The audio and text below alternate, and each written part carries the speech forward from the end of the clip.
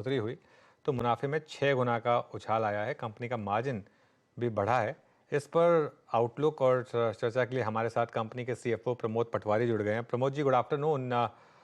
मुझे पता है ये सवाल मैं आपसे बार बार पूछता हूँ और आप हर बार जवाब देते हैं इस सवाल का, लेकिन इसमें से कितना सिक्लिकलिटी फैक्टर था नंबर्स में और कितना आपको लगता है कि नंबर्स जो हैं वो आप ऑनकोर कर सकते हैं, मतलब आगे जाके इन सेम नंबर्स को रिपीट कर सकते हैं?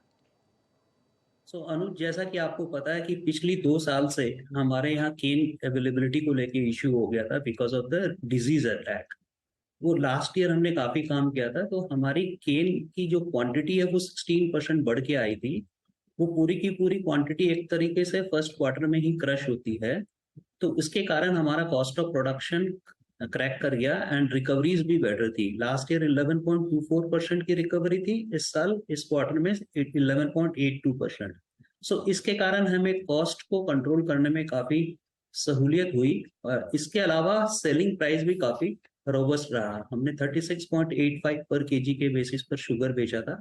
वॉल्यूम अच्छा है, इसके कारण मार्जिन पे पॉजिटिव इम्पैक्ट है। ओके।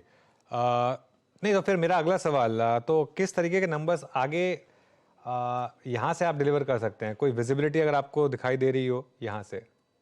तो जो नया शुगर सीजन स्टार्ट होने वाला है 23-24, उसके लिए भी हम गाइडेंस दे रहे हैं कि 10% केन और बढ़ के आएगा।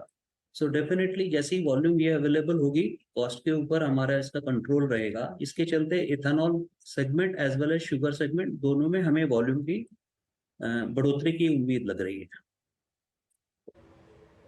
ओके, तो वॉल्यूम दोनों ही सेगमेंट्स में काफ़ी स्ट्रॉन्ग रह सकते हैं। सर, ये शुगर प्राइसेस को लेके आपका आउटलुक क्या है सर? अगले 6 महीने के लिए आपको शुगर प्राइसेस की डायरेक्शन क्या नज़र आ रही हैं? और एक और चीज़ सर, एग्जैक्टली जिस क्वार्टर की जो बिगिनिंग हुई है, आपकी जो टोटल एथेनॉल कैपेसिटी है राइट नाउ एग्जैक्टली वो क्या है इस वक्त सर?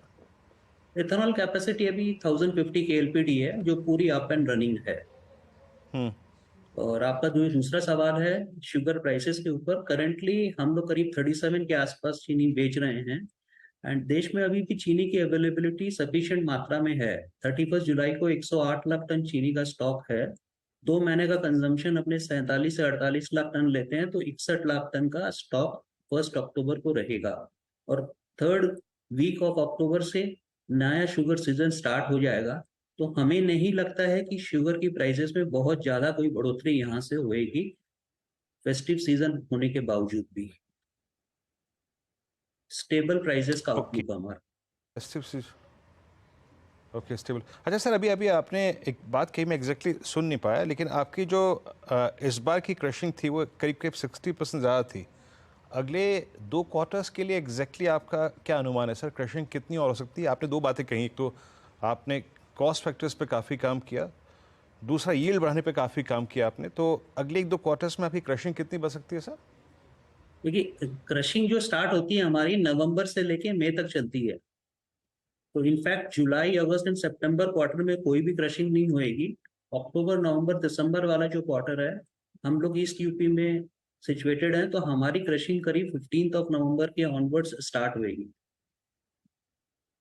ओके। अच्छा, फिर अब ये आगे जाते हुए Pramod ji, sugar versus distillery क्या मिक्स रहेगा इस समय? आप लार्जली मतलब ज़्यादा शुगर का डोमिनेंस है वो अभी भी वैसा ही रहेगा?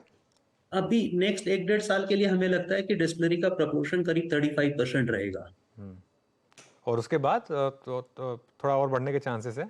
उसके बाद हमें पहले केन पे काम करना पड़ेगा, जो हम कर रहे हैं। हमारी यदि केन की अवेलेबिलिटी बढ़ती है, तो नेचुरली हमें डिस्टिलरी का भी फर्दर एक्सपेंशन करना पड़ेगा। और उसके बाद अपना डिस्टिलरी का वॉल्यूम बढ़ सकता है। और ये जो 35% मैं बोल रहा हूँ, ये हमारे इंटरनल फीड स्टॉक अवेलेबिलिटी के ऊपर है।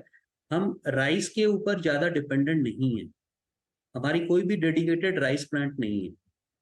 ओके, चलिए प्रमोद जी, बहुत बहुत शुक्रिया आज हमारे साथ जुड़ने के लिए और बात करने के लिए हमारे साथ। Thank you. चलिए, ये हो गई बात।